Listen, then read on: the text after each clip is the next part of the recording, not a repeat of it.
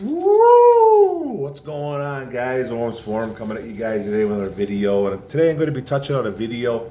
I've been kind of seeing some stuff going on in the past couple days, and like I always said before in my other videos, I like to go to social media and get ideas from there and so on and so forth. And right now, I saw a couple articles.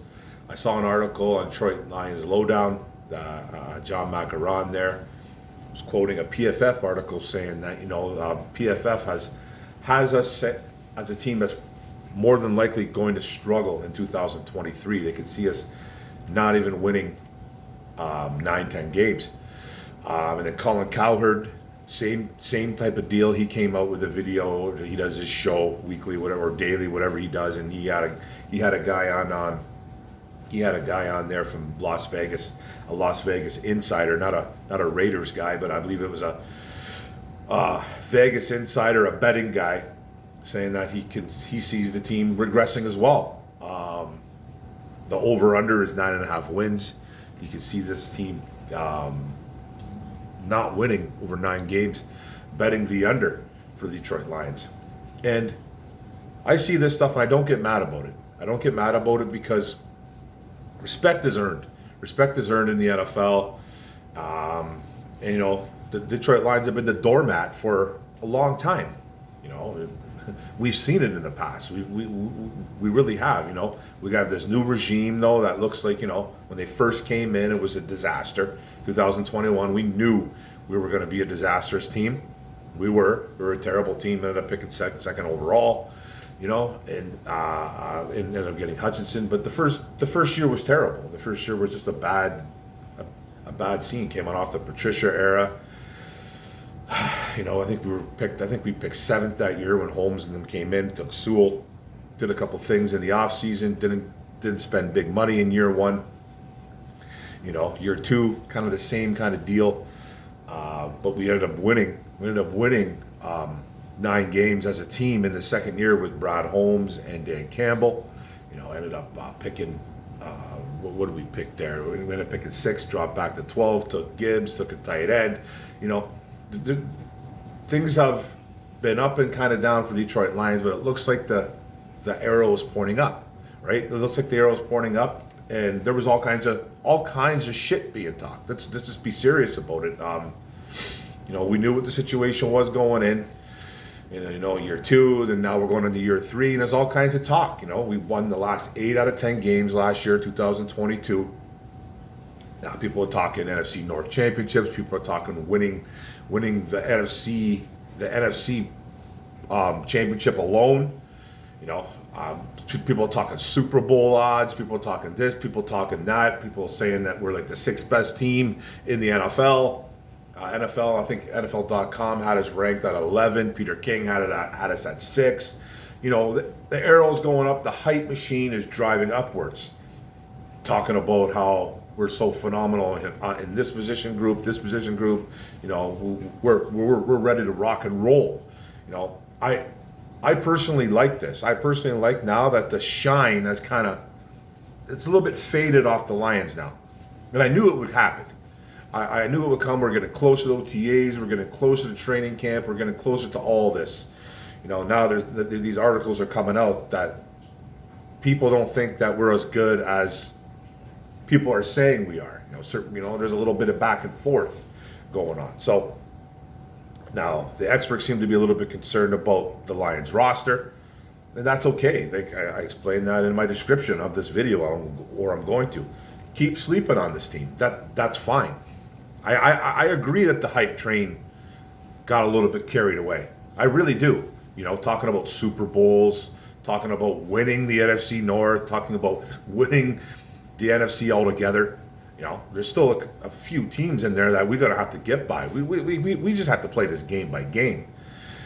But I want to talk the offense. Let's talk that. Let's go through the quarter. Let's go through the whole offense really quick. Let's try to do this. People say that we never should have took Gibbs at 12. We regressed in the running back room because we didn't trade Jamal Williams. We let go. Well, we traded DeAndre Swift. Didn't re-sign Jamal Williams. Jamal Williams broke records. He had over 1,000 yards. He broke Barry Sanders' touchdown record. People think that, that Jamal Williams is Barry Sanders. People were like, you guys got rid of a really, really good running back, which we did. But he was a guy that was just probably going to get better as the years on with the Lions. And he could have. And he really could have. We tried to sign Jamal back. He thought he was worth a little bit more. Didn't work out that way. He ended up signing with New Orleans for less money. So I don't know what we offered him, but apparently we offered him something similar that we gave David Montgomery. Now I think David Montgomery is a better overall running back. Did we get a phenomenal running back? No, I don't think David Montgomery is a phenomenal running back, but he's a very good running back. He's good. He does a lot of better things than Jamal. I think he's gonna do better in this system. I really do. Like, is he the Jamal character? No, he's not. But he's a good leader. He's a productive player. He played in a system in Chicago where they had a good running attack. They did have a good running attack. O-line can push some bodies around. They had a couple good running offensive linemen. He averaged like 900 plus yards for 4 years he was there. He caught a ton of balls. He's a better blocker. I think he's shiftier than Jamal. I think he's going to do better here. And that's just not homer talk. He's going to do better here, just barring injury, right?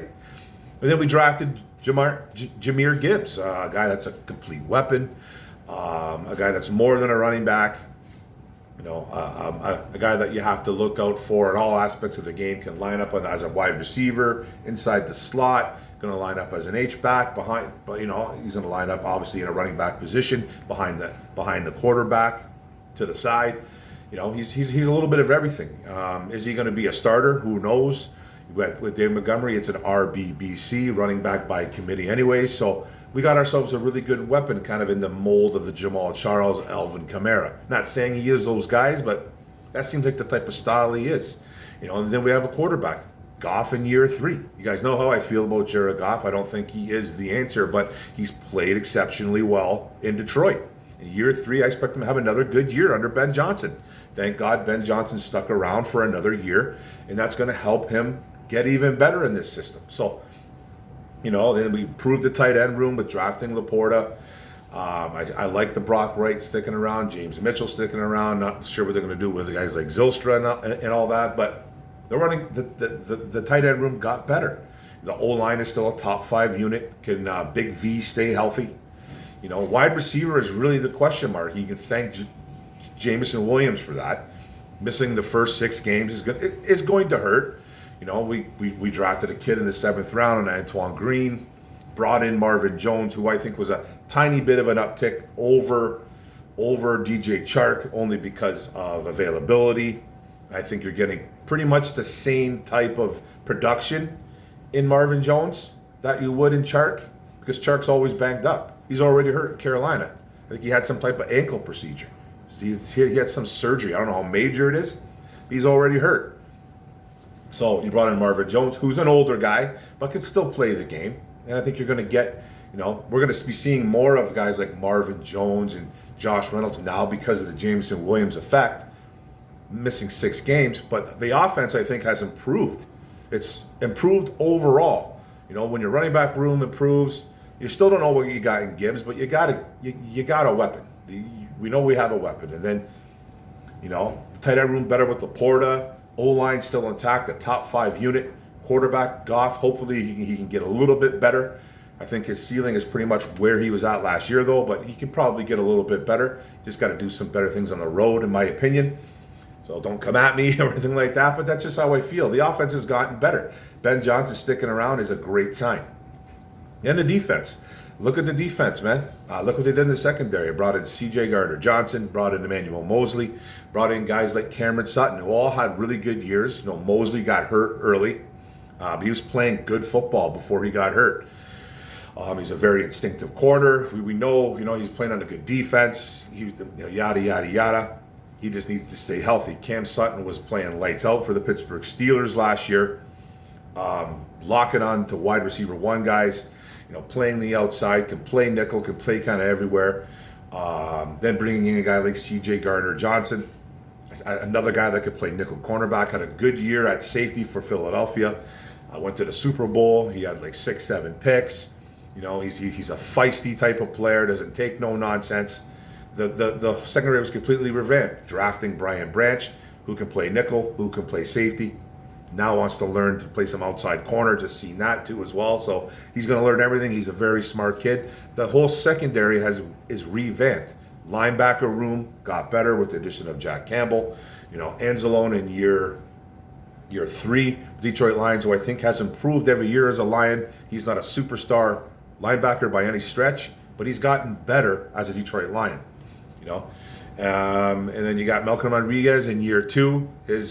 We could see maybe his snaps decrease a bit, but having a guy like Malcolm Rodriguez as your 3rd, 4th linebacker, whatever he is going to be a plus for this team. Then hopefully Derek Barnes can take that next step as well too. So, you know, the linebacker room got better, the secondary room got better. You know, with his second year on Aiden Hutchinson, what's going to happen there with him? You know, I think he looks a little bigger from the pictures I've seen this year. He's nothing but hard work, determination. We know what we're getting from Aiden. We're going to get probably 11, 12, 13 sacks out of him, and he's going to be making plays like he did his rookie year. It took him time a little bit. You know, we're going to see James Houston. You know, he's playing more of that outside linebacker kind of rush end role. I expect bigger things from him. I expect big things from Joshua Pascal. He should be a little bit better in year 2 as well. It took him a bit, injured, this and that. So, bringing in guys like Broderick Martin to stop the run. Hopefully he can play right away. Bugs back, Kaminsky back. There still is some concern about that defensive line. There really is, minus some of the players I just talked about. But there's going to be problems all over the field. There's going to be question marks everywhere. But I think this team has overall improved. But I do like it that the shine has kind of fallen off a bit. It's starting to again. It was a little bit too high. Now it's coming down again with the articles saying that we're not going to win 9.5 games. That's where the Vegas over-under is. Myself, I think we're going to win, like I said, 10 to 12 games. 10 to 12 games, I think this team is going to win. I didn't say 11 to 12. I just think they are. We have a tough schedule. Some people will tell you it's easy. Some people will tell you it's tough. I think our road schedule is brutal. I really do. But it doesn't mean that I think we're going to lose those games. Like, we got to go to KC week 1. You guys know that. That's going to be tough as hell. I'm not going to predict any wins, losses right now. I might do that down the road. The first 4 games are even tough. We come home to Seattle.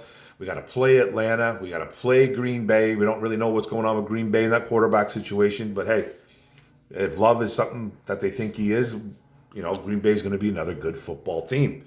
And then we have to go to Baltimore week 7. We go to the Chargers week 9.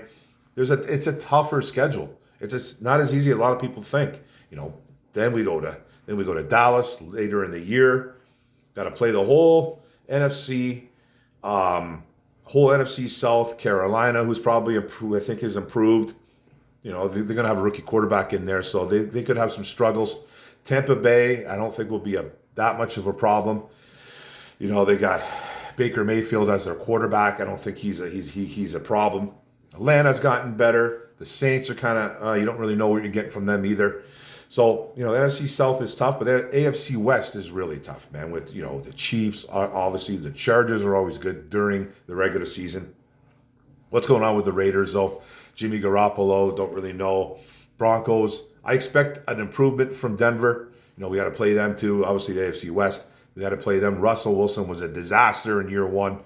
I expect him to be better in year 2. If he's not, then they have a real situation on hand in Denver. But I expect Broncos to be a little bit better as well. But like I said, I'm predicting 11 to 12 wins. I'm not going to go individually how we're going to win yet. Like I said, I might do that down the road. But I'm just glad guys like COLIN COWHERD, PFF, they're coming down with these articles saying that we don't have a chance now, that this is going to be too much of an issue. And there's definitely issues, man. I think there's issues on both sides of the football. Wide receiver for 1, and I think D-line for 2. We're going to have to prove that we can, stick with these guys at wide receiver for at least 6 weeks of the year until J-Mo gets back healthy, and who knows when he'll be ready. He'll be out of football for 6 weeks. So eventually be practicing by week 4 or whatever it is. But he's not going to be football ready. He won't be football ready. So we're going to have guys like Amon-Ra St. Brown, Josh Reynolds, Marvin Jones. They're going to have the same guys in there. Everybody's the same except for Marvin Jones. You get everybody the same. Antoine Green, does he make an effort? Does he make some type of splash? So you got that. And then the D-line. Like I said, the D-line, man, what's going to happen there? Can we stop the run? Can we create enough pressure besides guys like Aiden Hutchinson, James Houston playing more of that outside linebacker, rush and roll? It's like he doesn't have a position. It's weird when you talk about Houston. People think he's either he's a defensive end or he's an outside linebacker. Personally, to me, I think he's an outside linebacker. That's what they have him on the depth chart. And that's pretty much what I think he is. But that's a whole other debate. It doesn't really matter. But we need jumps from guys like Pascal, like I talked about. We got to see Kaminsky get in there, stay healthy. What's going to happen with Broderick Martin? But sleep on the Lions, guys. I want the media, the experts, the Colin Cowherd shows, the ESPN shows, every single show, sleep on us. Sleep on us, for sure. Take the shine off us a little bit, because I do think it was a little bit overhyped. I really do. Even though I do think we're going to be a very much improved football team, I still think we're going to win double-digit wins. I still think we're going to win the North. I just have that feeling. I haven't had this type of feeling in a long time. If this is a letdown year, I don't know how I'm going to recover. I obviously will. But, man, it just feels good to be a Lions fan this year. But I get taking the shine down a little bit, because this organization is notoriously been garbage for years, and respect is earned. We went 1-6 last year to start the year off, finished off at 8-2, whatever it is we did, and it was a plus. You can't forget about the 1-6, and you can't forget about the 8-2. It's like you have to coincide both, because both happen, right? So there's a lot of people that just want to forget about the 1-6. You can't. This team can't start off slow on either side of the football, especially defense. I think we already know what we're going to get from this offense. It's going to be even better. It's insane, but Ben Johnson, we know he's up for the task. This defense is a little bit more what I'm worried about. We played at a top 12 level at the end of the year, or the last 6-7 games, whatever it was we did, or even the last 10 games. You want to talk about the last 10 games? We played at a much higher level than we did at the beginning of the year when we went 1-7, 1-6, or whatever it was. And improvements were made, I think, on all aspects of this team, all positions of this team. Some we could have been a little bit better, but they went after guys they wanted to get. And I think a lot of this is based around players that it's based around on who experts didn't see get drafted here. Because a lot of experts, a lot of fans didn't see the running back coming, didn't see the tight end coming, didn't see the off the ball linebacker coming. And I think it comes from a lot of that. But those are three really good football players: Gibbs, Laporta, Campbell. Those guys are all good football players, and they all improve the room. It just is what it is. And I'm excited for this year. But sleep on us a little bit, media. Sleep on us. Take the shine off. I want to see more articles coming out saying that we're not going to be doing that good this year. I really do. Take the shine off just a bit. But I'm happy that those type of articles are out there, because now the Lions can they can sit back, just do their thing, man. Just do their thing, Detroit. Show why, you need to be taken seriously. Just show it. But, it's just a video. I've been kind of on hiatus again for a bit. I had some stuff I had to take care of, but I'm back. And hopefully I can get a couple more videos out before the week is through. So thanks a lot, guys. I appreciate you guys for coming in here. Don't forget to hit the subscribe button at the bottom right. Don't forget the notification bell. Get on my videos. Don't forget to like, comment, share this out. The media starting to take the shine off us. That's fine. You have us at 9.5, over, under. There's some people taking the under. Hey, sleep while you can. Sleep while you can. Go Lions, one pride, boom. Let's go, baby.